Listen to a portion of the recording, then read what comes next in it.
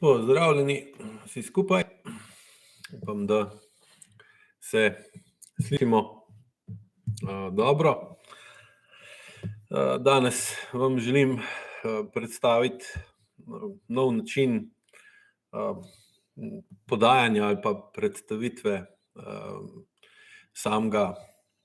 same AIQ metode skozi YouTube Live. Namen tega je, da lažje ali pa da lahko odgovorim na vaše vprašanja, ki jih imate vezana na samo AIQ metodo. Zdaj, včasih bojo te YouTube live splošni, za splošna vprašanja, ta današnji je pa namenjen primarno vprašanjem, ki so vezani na to, kako se da AIQ metodo primerno uporabiti za izboljševanje poslovne učinkovitosti, za dvigovanje ali pa ohranitev poslovnih rezultatov in seveda tudi, kako bolje in učinkoviteje ter trajneje skombinirati oziroma sestaviti skupaj poslovno in osebno življenje ali pa družabno življenje, ker delam in v preteklosti sem delal z veliko podjetniki, uspešnimi in tudi bivšimi uspešnimi podjetniki, ki niso več mogli prenesti pozitivnega streha uspeha, ki se v bistvu pokaže kot skoraj bolj nevaren od negativnega stresa, ki ga neuspeh povzroča, predvsem zato, ker pozitiven streh, ki ga s sabo prinese uspeh, odpira veliko vrat, nudi veliko sredstev, poznanstev, dogovorov in se lahko ta uspeh zelo hitro eksponencialno širi in pridemo zelo hitro v situacijo, ko enostavno ko ne zmoremo več prenesti pritiska, ne zmoremo več prenesti multitaskinga, ki ga tako poslovno življenje zahteva in dostikrat običajno najprej poklekne podjetnik ali tudi seveda podjetnica pri osebnem življenju, seveda dostikrat pa potem se to prestavi tudi na poslovno življenje. Osnova AIQ metode kot pristopa pri odpravi teh kroničnih težav je glih to, da se razume in da se upošteva način delovanja skozi čas in skozi pritiske. Se pravi, AIQ človeka in človeka kot celoto vidi in obravnava predvsem skozi sistem, ki uravnava, uporablja, izrablja in tudi zlorablja pritiske, uporablja razliko v pritisku med višjo in nižjo potencialno energijo s tem namenom, da se ustvari kinetična energija in nato s to kinetično energijo lahko vplivamo na okolje. In ta vpliv na okolje pa nam omogoča, da v bistvu živimo in da smo tudi živi. In ko delamo na tak način, ko izvajamo, ko bolj razumemo ta, recimo temu fizikalni način ali pa fizikalni pogled na delovanje človekovega telesa, na njegovo telo, zavest in podzavest ter njegov vpliv na okolje ter seveda vpliv okolja nazaj na telo, lahko ta pristop in ta pogled seveda uporabimo tudi v poslovne namene, v poslovnem svetu in s tem izboljšamo ter ali pa dvignemo, spremenimo, nadgradimo sama dejanja, ki jih izvajamo kot poslovna oseba in izboljšujemo poslovne odnose. Sploh, kar najbolj opažam recimo pri uspešnih poslovnih ljudeh, je vedno večji problem, ki jim ga predstavlja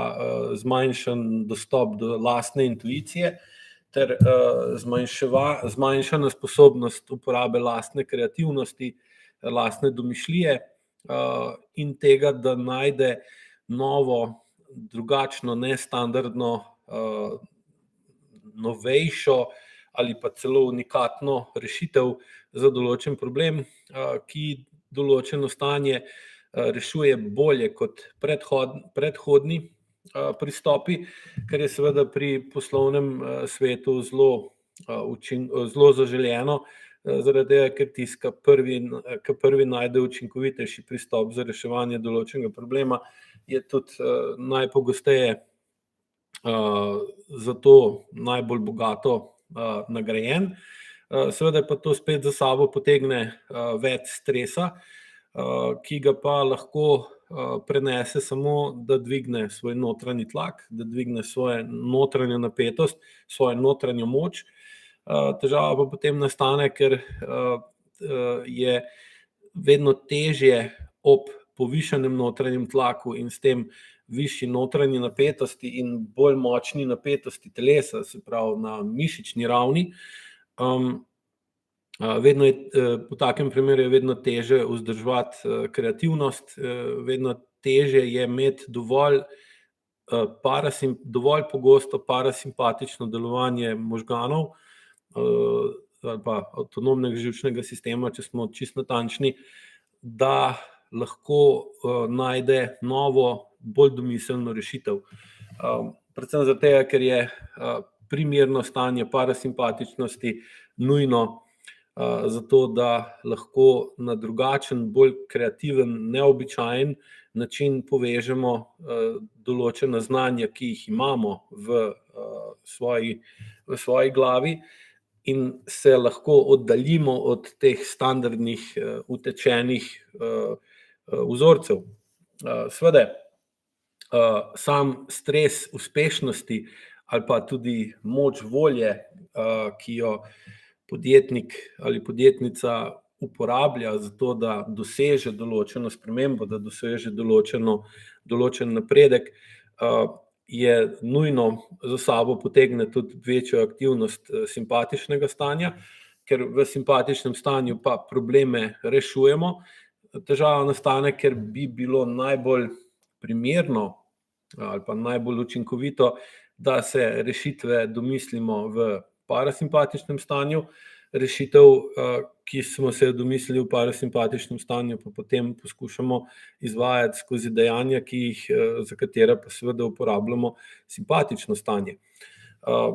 Ta usklajenost ali pa usklajevanje in sposobnost, da imamo lahko situaciji in potrebi primerno stanje delovanja avtonomnega živčnega sistema, je pa jasno vezano na to, da znamo sebe umiriti oziroma da znamo uskladiti stvari, da so pri nas takšne, da lahko dosežemo izboljšanje tega, kar počnemo. To pa zahteva sposobnost umirjanja, zahteva sposobnost, da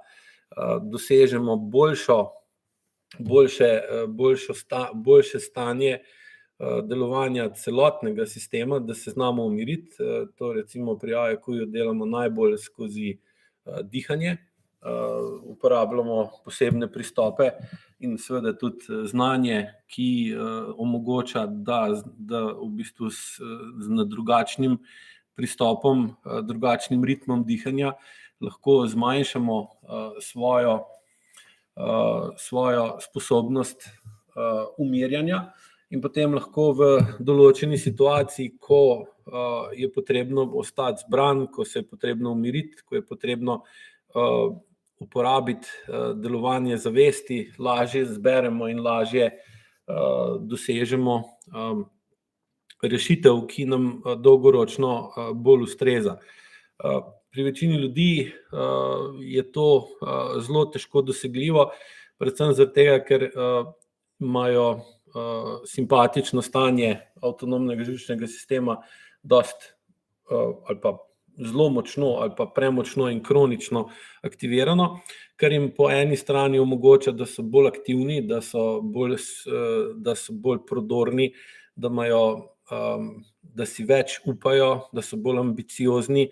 bolj agresivni kot taki, hkrati jim pa dosežke, ki jih na tak način, do katerih na tak način pridejo, ne pripeljejo do tega, da bi potem to, kar so dosegli, znali bolj taktično, bolj modro in bolj preudarno uporabiti, in da bi znali skozi svoje delovanje, da bi znali skozi svoj pristop, ki ga uporabljajo, najti primerno razmerje med umirjenostjo in aktivnostjo, med tem, da so agresivni, da se premikajo proti določenemu cilju, hkrati pa, da imajo v svojem življenju dovolj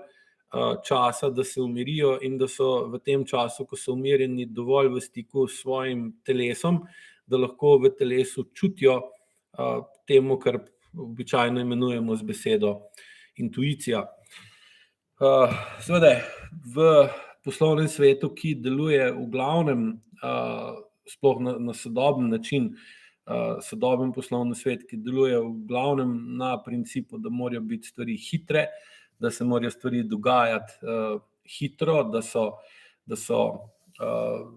moraš biti prvi, da moraš stvar čim hitreje speljati, pride do tega, da so pritiski, ki jih za sabo ki jih v bistvu prinaša visoka hitrost delovanja, taki, da v bistvu se nikoli ne počiva, nikoli se ne spi, nikoli se umirjeno ne razmišlja, kar pa seveda vodi v to, da ima oseba kronično previsoko napet ali pa vzburjen, aktiviran avtonomni živčni sistem v simpatičnem stanju. To pa seveda vedno bolj vpliva na povečanje mišične zakrčenosti. Oseba postane zaradi tega vedno bolj trda, še posebej visoka napetost se ustvari v stegnih, ki morajo držati ta pritisk, ki ga oseba prenaša. Potem se visok pritisk in visoka napetost ustvari v trebušni votlini, kar pomeni, da pridemo do zelo visokega tlaka med medenico in prsnim košem, kar spet seveda zraven pomeni, da so mišice, ki povezujejo medenico in prsni koš, zelo ali pa preveč zakrčene, in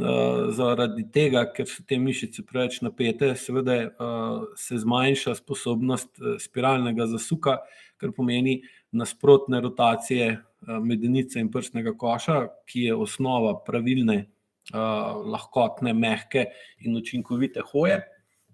Zaradi pomanjkanja spiralnega zasuka seveda pride do tega, da so in posledično kronične povečane napetosti mišic med medenico in prsnim košem, pride pa do zelo močno in tudi kronično povišanega pritiska v ledvenem delu hrbta. Zato je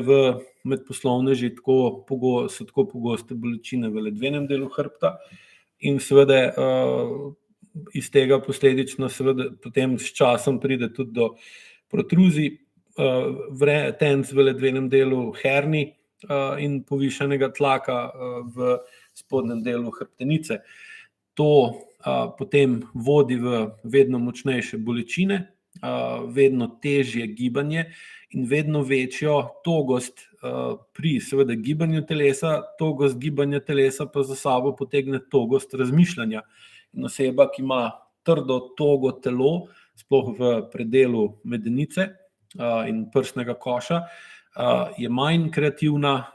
manj inspirativna, oziroma za to, da naredi neko kreativno dejanje, da uporabi domišljijo in da je inspirativna za sebe ali druge, porabi veliko več energije, kot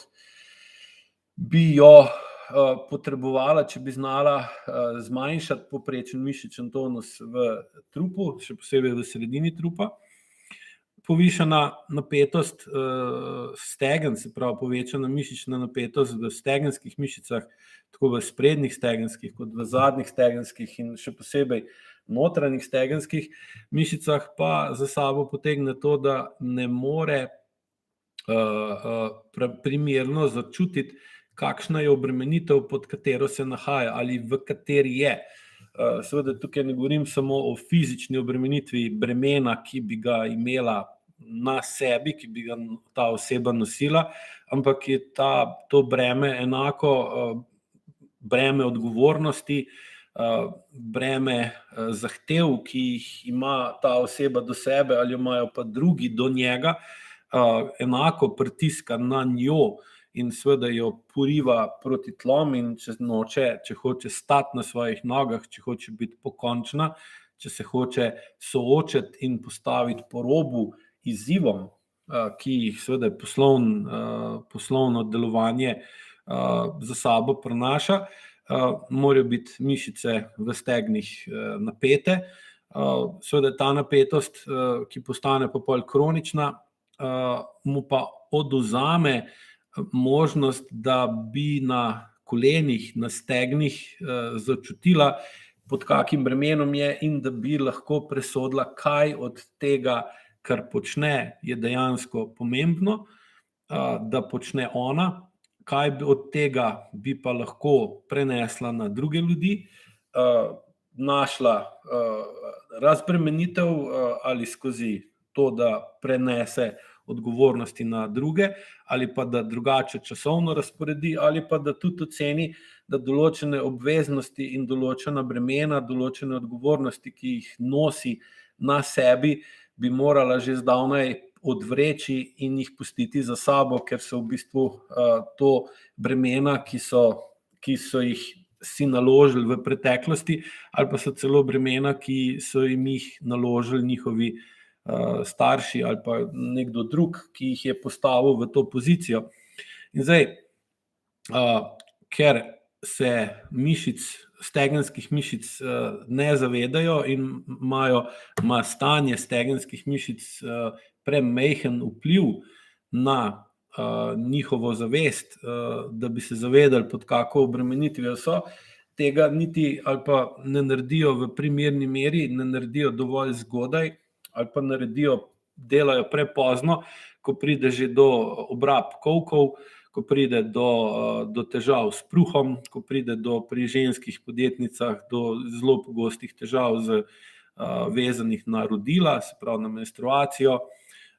na težave v spodnjem delu trebuha, na težave z materinsko funkcijo ali pa potem, ko že ima otroke, pogoste težave z pretiranimi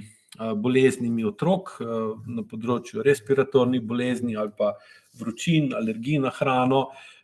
težav z vedenjem ali podobnimi kroničnimi težavami, ki so nadpovprečno pogoste pri uspešnih ali pa pri podjetnicah, ki imajo uspešno podjetje. IQ oziroma učenje na programih, ki ga izvajam, je pa namenjeno tem, da se skozi razlago začne podjetnik zavedati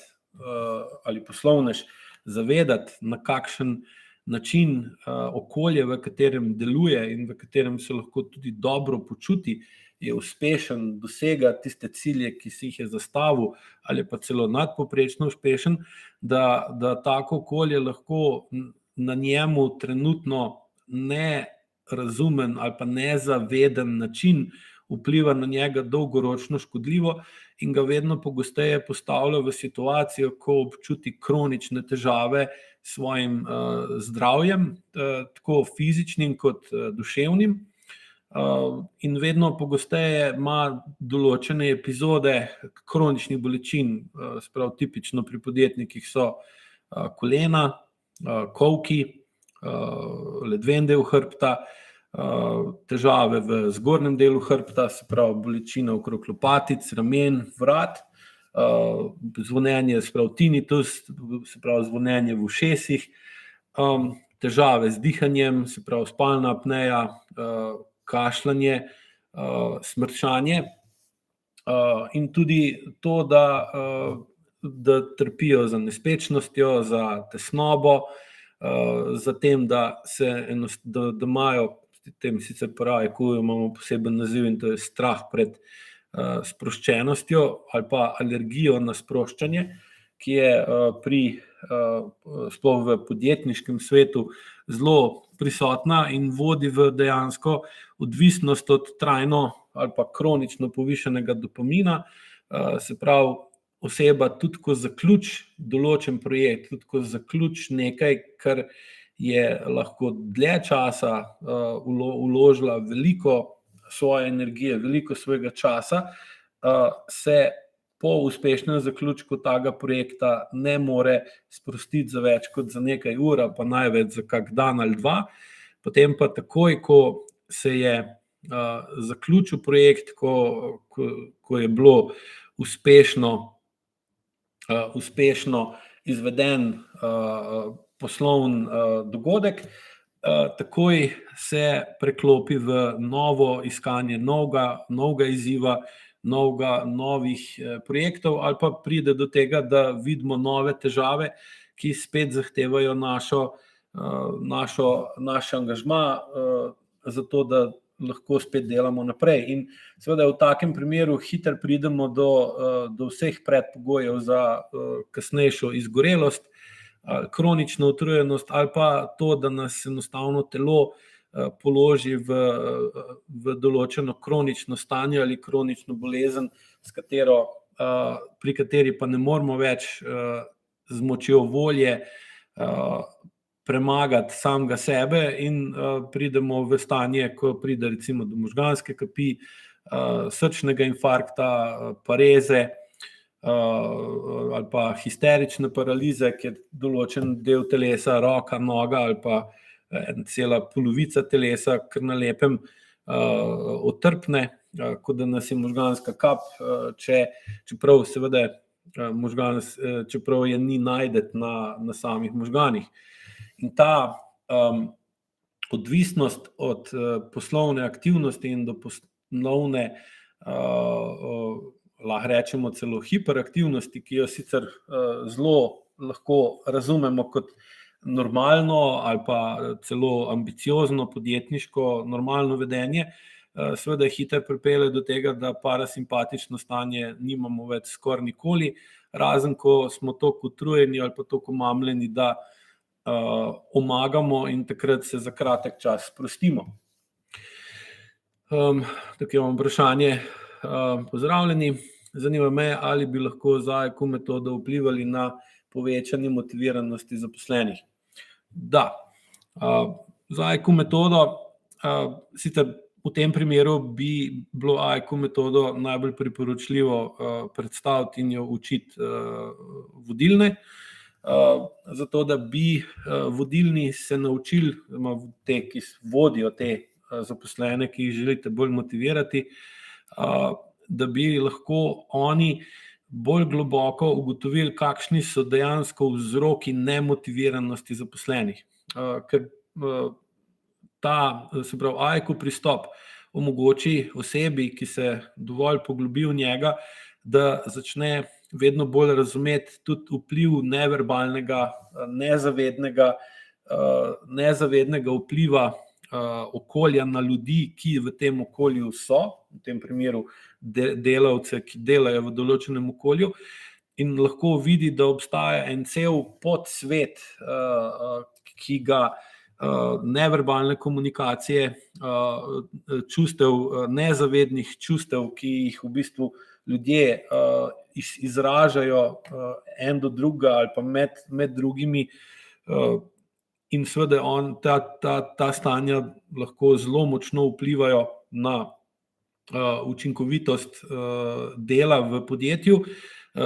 Nižja učinkovitost dela v podjetju pa seveda takoj povzroči padec motiviranosti, ker motivacija je direktno odvisna od učinkovitosti, in višja je učinkovitost dela ali delovnih procesov in odnosov med zaposlenimi, seveda je višja tudi motiviranost zaposlenih. In v takem primeru lahko vodilni kader oceni, na kakšen način, kakšni so ljudje, ki delajo v tem podjetju, ali je oseba podmornica po AIQ klasifikaciji ali je letalo. Sploh podmornica je oseba, ki naredi oklep zato, da prepreči, da bi zunanjost vplivala na njeno notranjost. Ta oklep naredi z mišično kontrakcijo površine telesa. Letalo je pa oseba, ki oklep naredi zato, da tisto, kar ima v svoji notranjosti, ne pride ven in ne vpliva na okolico. Se pravi, glih obratno funkcijo masta. Zaradi samih značilnosti, ki so povezane s tem, ali je nekdo letalo ali je nekdo podmornica, je podmornica v povprečju veliko bolj produktivna kot letalo, letalo je pa bolj kreativno kot podmornica. Seveda letalo veliko lažje in z manj upiranja iz svojih podzavestnih struktur začne določen projekt, pride na določeno idejo in to idejo tudi izvede, ampak jo ne zna zaključovati. Se pravi, letala so zelo dobra v tem, da nekaj začnejo in da nekaj, kar je bilo že v glavnem zaključeno, končajo. Medtem ko so recimo podmornice takšne, da težko nekaj začnejo in težko nekaj končajo. So pa izjemno učinkovite v tistem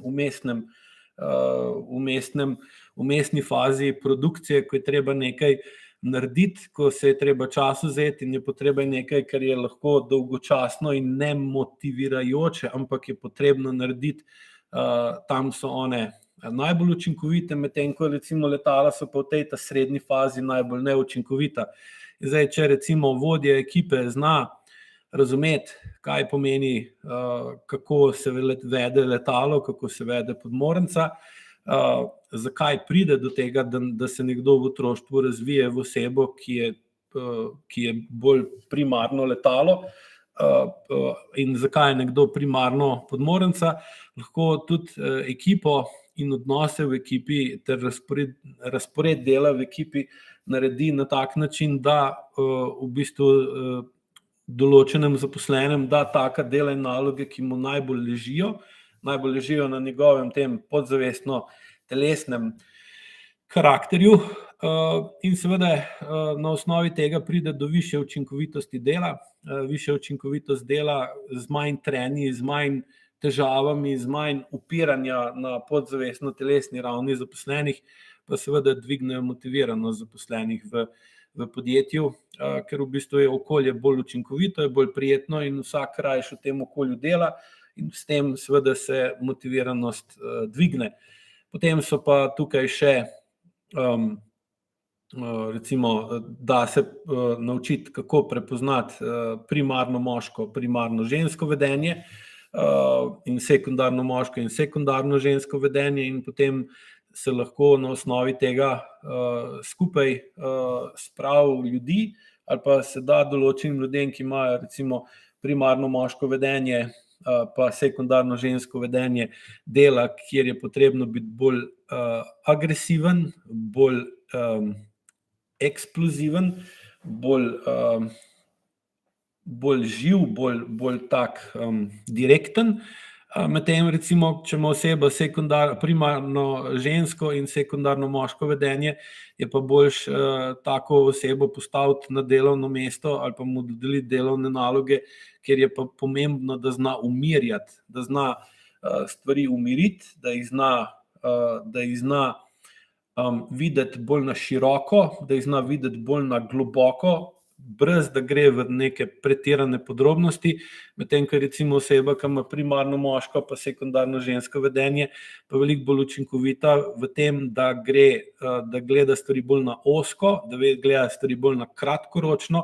ampak da se takrat ukvarja z veliko podrobnostmi. In zdaj, če znate kot vodilna oseba primerno usklajevati in dodeljevati v določeni fazi projekta določenim ljudem primerne naloge, ki se skladajo z njihovo osebnostjo in z njihovimi notranjimi prepričanji, je tukaj motiviranost gre bistveno višje od prejšnje. Naslednje vprašanje je, rekli ste, da obstaja alergija oziroma strah pred sproščenostjo, kaj pa strah pred uspehom torej, da se nekih projektov sploh ne lotimo ali jih zaključimo, kot bi jih morali. Strah pred uspehom pa strah pred sproščenostjo je zelo pogosto povezan, predvsem zaradi tega, ker uspeh za sabo potegne potrebo po sproščenosti. Se pravi, ko uspemo, pridemo na vrh, naslednji korak mora biti dol. Se pravi, ko smo na vrhu, ko pridemo na nek vrh, začasen vrh, je takrat naš dopamin na višku, se pravi, je zelo visok in v takem primeru je pol naslednji korak spust dol iz vrha v dolino. Seveda ta spust v dolino je pa neprijeten, zaradi tega, ker padec ravni dopamina v možganih direktno sproži nelagodne, neprijetne občutke. Enako kot dvig dopamina v možganih pa sproži prijetne občutke, zato ima vsak kraj, seveda, ko se mu dopamin dviguje, ne mara pa, ko bo dopamin pada. In tudi že, to so vedeli že dolgo nazaj,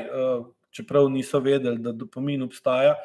in so ta padec dopamina po uspešno zaključenem delu zmanjšali s tem, da so po uspešno zaključenem delu naredili zabavo, neko rajanje, veselico, tako ko imate na koncu kulin, imate pojedino, na koncu trgatve imate zabavo, ko smo recimo betonsko ploščo na hiši izbetonirali, je bilo pol vedno obilno kosilo, kjer smo jedli mastno, slano, sladko, pa pil se alkohol. Mastno, slano, sladko in alkohol so pa vse substance, ki upočasnjujejo padec dopamina. In ta strah pred uspehom je zelo pogosto vezan na to, da če hočem uspeti, se pravi, če grem gor, ker zdaj uspeh povezujemo z dvigom na višjo raven. In ko gremo na višjo raven, če se hočemo dvigati višje, moramo vlagati dopamin. Ko pridemo do uspeha, ko pridemo do vrha, pač tistega, ki smo si ga določili, potem moramo pa iti v to, da se nam dopamin spušča, ker drugače pridemo v kronično povišan dopamin. Kronično povišan dopamin pa za sabo potegne kronično aktiviran simpatičen način delovanja živčnega sistema, ker oseba ne more imeti povišan dopamin in s tem tudi noradrenalin in adrenalin v telesu, če pa biti zraven parasimpatična, razen če je toliko izčrpana, to je pa spet nekaj čist druga. In ta spust dopamina, ki bi moral priti po uspehu,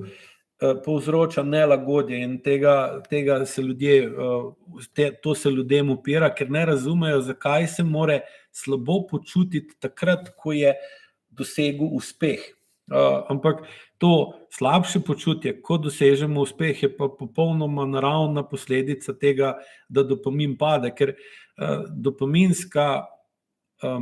dopaminska zanka, ki jo imamo v možganih, ki je namenjena temu, da najdemo tisto, kar iščemo. Se pravi, lačni smo, dvigne se nam dopamin, zato da se dvignemo v tav in da gremo iskat hrano. Bolj bliže, ko smo hrani, ki jo iščemo, več imamo dopamina, in ko enkrat pridemo do hrane, ko dosežemo uspeh, našli smo hrano, takrat je dopamin svoje dosegel, se pravi, preživeli bomo še en dan, ker bomo jedli, in takrat ne rabimo več imeti povišanega dopamina. Seveda, ko to hrano jemo, se nam dopamin spusti, dvigne se nam serotonin, se pravi, začutimo nek užitek, ampak ta užitek pa seveda ne traja dolgo, ampak gre potem, se spusti na dol, in ko pada, se začnemo počutiti vedno bolj nelagodno, ampak evolucija sama se ne ozira na to, niti ni namen evolucije in razvoja sistemov v človeškem telesu ta, da bo človek užival, da se bo počutil dobro, ampak edino, kar je bil namen, je, da bo pač čim dlje preživel in imel svoje in bo naredil potomce, ki bojo dovolj dolgo živi, da bojo lahko imeli svoje potomce. In zdaj, ali je pa to prijetno ali neprijetno, boleče ali pa užitka polno, pa tega ne zanima. In ta strah pred uspehom, da se nečesa ne lotimo ali pa da ne zaključimo, kot bi morali, pomeni to, da se ne sprostimo. Zdaj, to je seveda ta strah pred sproščanjem, ima pa noter v sebi še eno drugo zvijačo, eno drugo past, in to je, da ko dosežemo uspeh in imamo vse razloge, da se sprostimo, ker smo stres uspešno prenesli in smo stres spremenili v primerna dejanja, ki smo jih izvedli na primeren način, ob primernem času, zato smo dosegli uspeh, dosežemo potem to, da smo,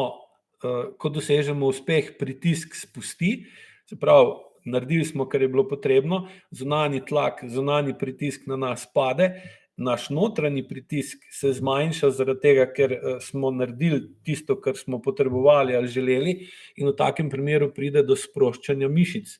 Gremo v parasimpatično stanje, mišični tonus se znižuje, se zmanjšuje,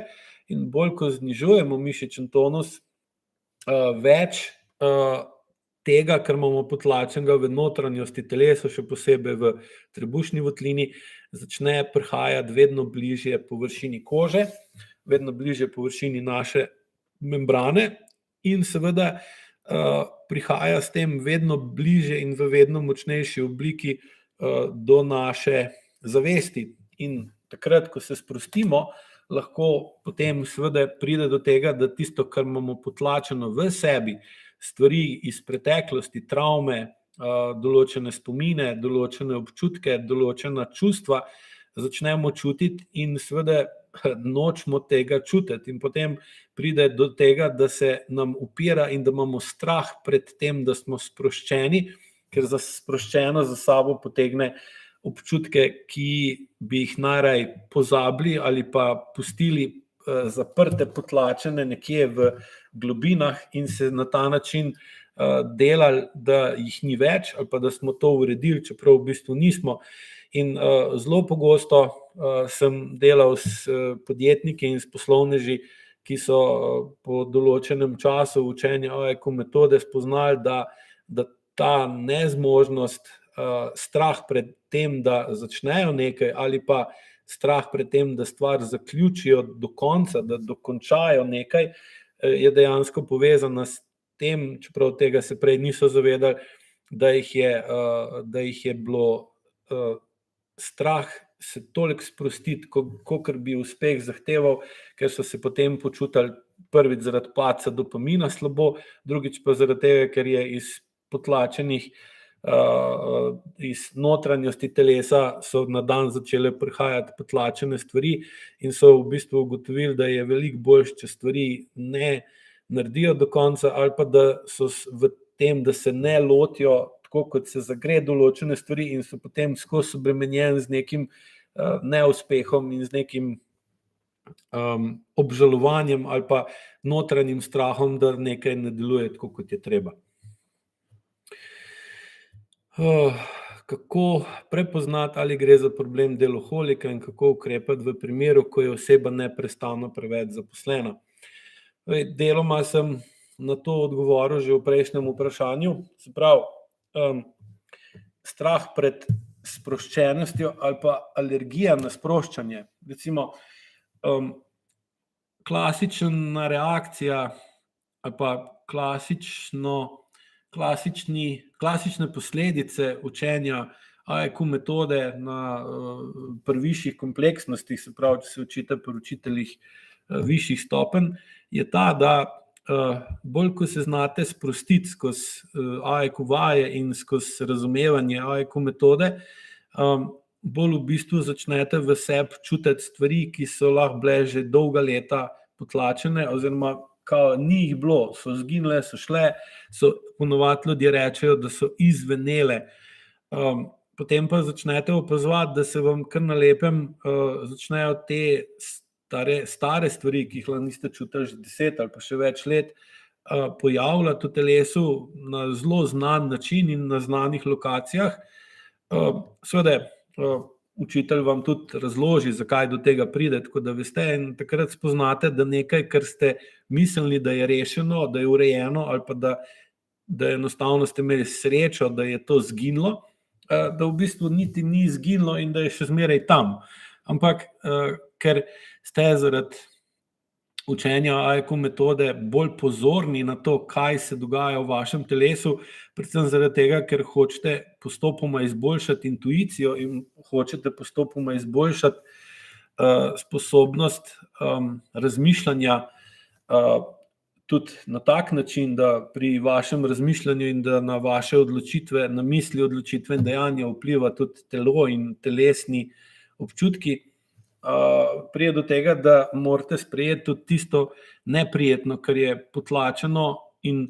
taka potlačenost ljudem pogostokrat bolj v narekovajih ustreza, kot pa da se s tem soočijo, in jim je lažje biti preveč, neprestano preveč zaposlen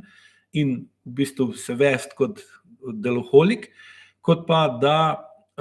ker mu je to manj neprijetno, manj boleče, kot pa da se sooči in sprejme, da določene stvari na telesni ravni še ni predelal, da še ni na telesni ravni odpustil ali pozabil, zato gre rajš v odvisnost od dela. In prepoznate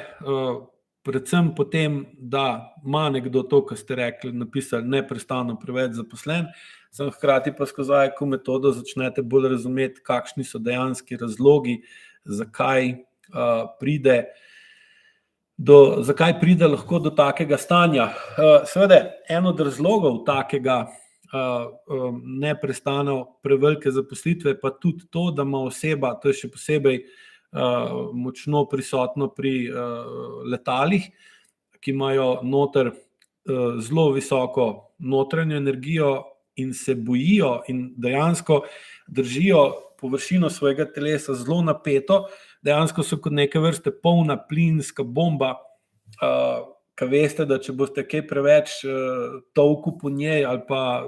šaral okrog plinske bombe, da je velika nevarnost, da jo bo raznesel. Podobno je pri letalih, kjer imajo zelo visoko notranjo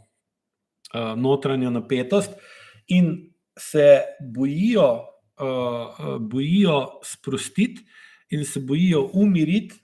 zaradi tega, ker bi ta oklep, ki drži notranjo napetost v nekem kontroliranem okolju in s tem držijo ta bes in gnev, ki ga imajo v sebi, stran od okolja, da na zunaj izgledajo kot umirjeni ljudje, ki sicer so pogosto brez las ali pa imajo visok krvni tlak, imajo povišan utrip, imajo nizek HRV, hitro dihajo, imajo zelo pogoste težave v ledvenem delu hrbta ali pa zgago in podobno. Se bojijo, da če bi se sprostili, da bi lahko to, kar imajo noter vse, pobegnali ven in bi s tem spet ali nekoga prizadeli ali pa bili od nekoga prizadeti, ker so običajno letala so imela v svojem otroštvu tako izkušnjo, da ko so izrazila jezo ali bes upravičeno, je bila reakcija okolja na njihovo upravičeno jezo in bes nepravilna, neprimerna, krivična in jih je zelo prizadela, in potem so v bistvu, ko se to enkrat ali pa tudi večkrat ponovili, dojeli, da je veliko bolj enostavno in varno za njih, da naredijo močen oklep in ta bes in gnev in jezo, ki ga imajo do nekoga, ki se do njih vede na takšen način, da jih to moti, ovira, ogroža ali omejuje, spravijo v notranjost telesa. Potem morajo pa seveda to povišano notranjo napetost na nek drug način spreminjati v kinetično energijo. To pa je seveda eno takih načinov je pa delo, in taka oseba je v bistvu neprestano preveč zaposlena in seveda zaradi tega je lahko tudi zelo pogosto nadpovprečno nekaj časa uspešna. Ker se pa ne zna sprostiti, niti ne zna umiriti, potem pa gre iz enega projekta v druga, iz enega uspeha v druga in potem seveda se vedno večkrat zmoti, vedno manjkrat ima to poslovno srečo, kar seveda dolgoročno pomeni, da pride do težav, hkrati pa zaradi tega, ker ima noter izjemno veliko napetosti, nima dobrega stika s svojo notranjostjo, svojo intuicijo in deluje prevečkrat samo po razumu, ne upošteva pa notranjih občutkov in čustev ter neke bolj globoke, dolgoročne sheme. In takih poslovnežev je izjemno veliko. Recimo posledice takega vedenja zdaj opazujete pri Elonu Musku, ki dejansko je vedno bolj jasno razvidno, da ne zmore držati v rokah vse, kar je ustvaril, predvsem zaradi tega, ker ne zmore spustiti in na ljudi prenesti določenih obveznosti, določenih zadolžitev, ampak poskuša vse stvari kontrolirati sam, kar pa v določeni točki, ne glede na to, koliko si nadpovprečno sposoben in genijalen, pride do točke, ko se sistem podre in dejansko Elon Musk vedno bolj spominja na Howarda Hugha, to je en ameriški poslovnež, ki je ustvaril največje leseno letalo med prvo pa drugo svetovno vojno in pol je v bistvu tudi zelo konkretno propadel. Lahko si pogledate film, mislim, da je Aviator, DiCaprio igra, lahko vidite, kak je šla njegova poslovna pot in boste videli zelo veliko poveznic med enim pa med drugim. Kako preprečiti, da ne pridemo do kronične utrujenosti ali do izgorelosti? AIQ metoda razume kronično utrujenost ali izgorelost kot dokaz, da je vpliv telesa na zavest, na misli, odločitve in dejanja te osebe premajhna in da oseba ne začuti, ne zazna opozorilnih znakov, ki se pri izgorelosti in kronični utrujenosti običajno začnejo že 2 do 3 leta prej, preden pride do kronične utrujenosti ali do izgorelosti. In dejansko, kljub temu, da telesno tega, kar počne, ne zmore, telo toliko odreže stran o tem, kako se to zgodi in tudi zakaj, sem že v prejšnjih odgovorih razlagal, da kljub temu, da njegovi življenjski sistemi ne zmorejo dovolj regeneracije, dovolj rehabilitacije, dela naprej, ima izjemno močno popačen odnos do časa in do fizikalnih zakonov, kar pa seveda nekaj časa, lahko več desetletij uspešno prenaša in je tudi lahko nadpovprečno in običajno tudi je nadpovprečno uspešna, samo po določenem času se pa vse skupaj sesuje v izgorelost ali kronično utrujenost. Hkrati se pa ta oseba tudi, ko pride ven iz izgorelosti in kronične utrujenosti, čeprav to dostikrat traja več mesecev ali pa celo več let, pride, da se ne nauči iz tega, zakaj je prišlo do tega problema, ampak gre ponovno v enaka dela in v enake odnose, predvsem zato, ker ima v podzavesti vzorce, ki so tipični za, tako kot sem prej razlagal, za osebo, ki mora biti neprestano preveč zaposlena oziroma je odvisna od tega, da je preobremenjena in prezaposlena, zaradi tega, da se ne sprosti. Ker če sprostite telo, če sprostite mišično napetost, če umirite dihanje, če greste iz simpatičnega v parasimpatično stanje, hkrati imate pa v telesu veliko potlačenih stvari, ki jih v preteklosti niste v celosti uredili in so ostale neurejene ali so pa ostale samo, ali ste jih pa uredili samo na zavestni ravni, potem vam visok zunanji pritisk, visoka obremenjenost, stalna potreba potem, da iščete nekaj, da delate nekaj, vam seveda pomaga da imate zaradi zunanjega pritiska bolj napeto telo, kar seveda vam pomaga, da se ne soočite s stvarmi, ki so v vas noter. In seveda, ko dosti dolg časa zlorabljate pritisk, napetost, stres, aktivnosti, ki jih v sedanjem okolju seveda lahko brez težav najdete in jih tudi imate dovolj hrane, da ste lahko zelo aktivni zelo dolg časa, se enostavno v določenem trenutku sistem sesede in padete v izgorelost in kronično utrujenost. Seveda, ko dobro razumete razloge, zakaj do tega pride, seveda lahko tudi določite, kako preprečiti, da se to zgodi. To je pa odgovor AIQ metode, kako preprečiti kronično utrujenost in izgorelost, je, da primerno dvignete čustveno zrelost. Primeren dvig čustvene zrelosti pomeni, da je oseba zaradi višje čustvene zrelosti sposobna sprejeti, začutiti in se zavedati določenih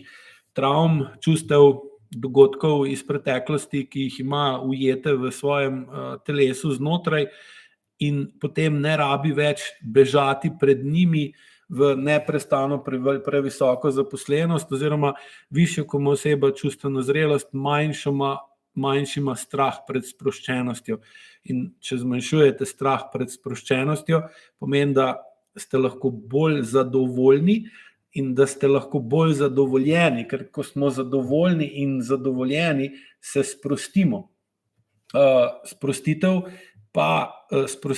ob potlačenih spominih, čustvih, dogodkih pa enostavno ne gre dobro skupaj. In višja, ko je čustvena zrelost osebe, manjša je potreba, da beži v pretirano zaposlenost ali pretirano obremenjenost, in tudi veliko bolj jasno čuti, kaj ima v sebi, kakšne ima noge, pod kakim bremenom je, koliko stvari nosi na svojem hrbtu, ali v svoji glavi ali na svoji glavi, in v določeni točki lahko reče, ok, dosti je, in seveda manj zlorablja delo, posel, poslovne odnose, stres, ki ga poslovni svet nudi v obilici, zato da preprečuje sproščenost. In seveda logično z višanjem čustvene zrelosti, ki pa zraven potegne tudi dvig čustvene učinkovitosti ali pa učinkovitosti uporabe čustev, zmanjšate verjetnost, da boste prišli v kronično utrujenost ali izgorelost. Predvsem zaradi tega, ker začutite, da ste akutno utrujeni. Akutna utrujenost pa seveda, če jo primerno naslovite in greste iz akutne utrujenosti v počitek, ne morete iz akutne utrujenosti iti v kronično utrujenost, in če ne greste v kronično utrujenost, seveda ne pridete tudi do izgorelosti. Ja.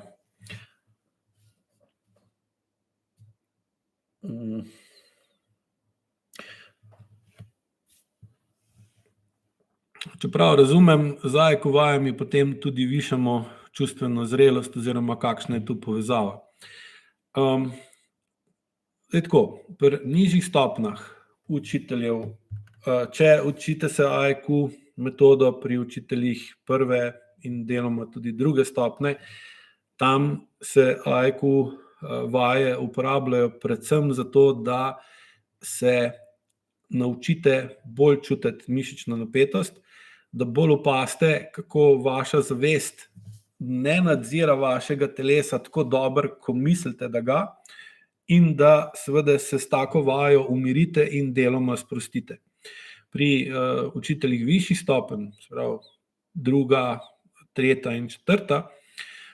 tam se pa vaje vedno bolj uporabljajo zato, da z njimi povečate stik sami s sabo, se pravi, da se poveča jakost interocepcije, to so notranji občutki, ki prihajajo iz telesa v možgane, in da več od teh občutkov, signalov, impulzov, ki jih dobivate iz telesa v možgane, pride do vaše zavesti. in se jih s tem seveda tudi začnete vedno bolj zavedati in na ta način dobite jasnejšo, bolj razločno, močnejšo sliko, kako vi telesno v določenih situacijah odreagirate ali ne odreagirate. In ko nekaj časa to počnete, opazite, da so vaše telesne reakcije lahko zelo drugačne od tistih, kako vi zavestno dojemate določeno situacijo, in seveda tukaj lahko opazite vpliv podzavesti in avtonomnega živčnega sistema na to, kako manipulirajo in tudi izkrivljajo, popačijo in cenzurirajo, blokirajo vpliv telesa na vašo zavest in zmanjšujejo sposobnost, da se zavedate, kako ste in kako določena oseba dejansko vpliva na vas ali pa vi vplivate na njo. In ko z vajami izboljšujete zavedanje, stik in seveda posledično tudi nadzor ali pa vpliv zavesti na vaše telo, potem počasi na ta način višate lastno čustveno zrelost, ker lahko opazite,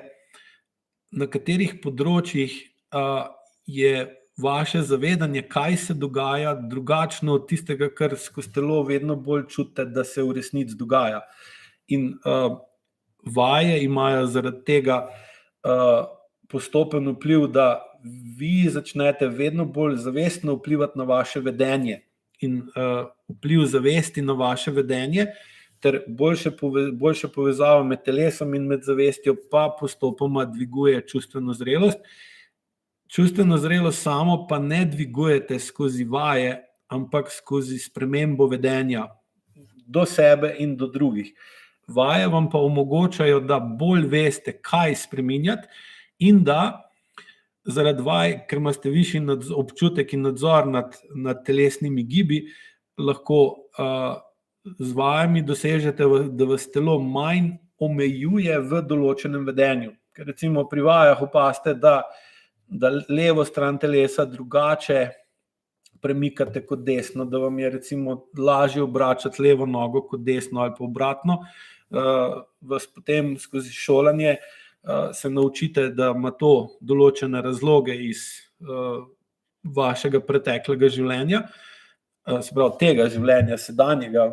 ne vašega prejšnjega, ampak ali pa seveda vpliva vaših staršev na vas skozi vaše življenje, in potem opazite, da imate očitno v podzavesti določene vzorce, ki vam določeno vedenje olajšujejo, določeno vedenje pa otežujejo. In bolj, ko se zavedate, da imate to recimo v krvi, bolj lahko predvidevate, kako se boste odzvali v določeni situaciji, in potem, če vidite, da so vaši avtomatizirani odzivi v določeni situaciji vam koristni, pol jih pustite pri miru, jasno. Če pa vidite, da so določeni odzivi vaši da so odzivi v določeni situaciji škodljivi ali nekoristni oziroma škodljivi, jih pa lahko, ker jih prej opazite in jih tudi bolj razumete in jih ne dojemate kot slučajne, začnete lahko vedno bolj zavestno na njih vplivati, da so zmanjšani, da so drugače speljani, in seveda na ta način zavestno vplivate na vaše vedenje in dolgoročno gledano s tem dvignete čustveno zrelost, ker začnete čustva uporabljati bolj na široko in bolj učinkovito, ker imate več različnih čustev na razpolago in nimate določenega odpora, da določena čustva pretirano uporabljate, določena pa premalo. In na ta način z vajami izboljšujete in dvigujete čustveno zrelost. Kako pa zares predelaš nekaj, kar te je prizadelo, potem ko spoznaš, da to izvira iz preteklosti? Takrat, tako kot sem zdaj razlagal, ko skozi analizo svojih telesnih odzivov na določeno situacijo in na to, da se ti določene stvari ponavljajo kar naprej, skozi AIQ metodo dojameš, da imaš očitno tako vedenje v podzavestnih možganskih strukturah. In takrat, ko nisi pozoren, ko imaš premalo časa ali pa ko si preveč utrujen, in tvoje vedenje vodijo predvsem podzavestne možganske strukture, se odzoveš na določen način, ki pa očitno ni več primeren. In če da nas nekaj v preteklosti prizadene, potem pride do določenih zakrčitev telesa. Te zakrčitve iz akutnih, ker jih noben ne uredi, postanejo kronične in potem kronično vplivajo na vaše vedenje. In ko to vedno bolj skozi vaje in skozi razlago čutite in se tega zavedate, lahko te kronične mišične zakrčenosti postopoma zmanjšate, jih odpravite in s tem omogočate sebi drugačno vedenje, kot je bilo staro zaradi prizadetosti, in posledično lahko počasi podzavestne vzorce, ki so nastali zaradi kompenzacije prizadetosti, nadgradite, spremenite v drugačne in s tem v bistvu tudi na telesni ravni lahko rečemo dejansko celostno določeno travmo, ki vas je prizadela, vpliv določene travme, ki vas je v preteklosti prizadela, zmanjšate ali pa v celoti odpravite, odvisno pač od tega, kakšna travma je, kakšni ste vi, koliko ste stari, v kakem okolju živite in seveda tudi, koliko ste pripravljeni vložiti časa in energije v to, da določene stvari iz preteklosti pustite za seboj. Evo, toliko za danes. Upam, da vam je ta prvi live bil ok. Bil je še rahlo zmeden, ker ne vem sicer, zakaj kamera ne dela, ampak bomo do naslednjič to tudi pogruntali. Naslednji live bo čez 14 dni, tako da vabljeni, bo pa druga tematika kot danes in se vidimo, pa prosim, bodite dobro še naprej. Lahko noč in lep večer.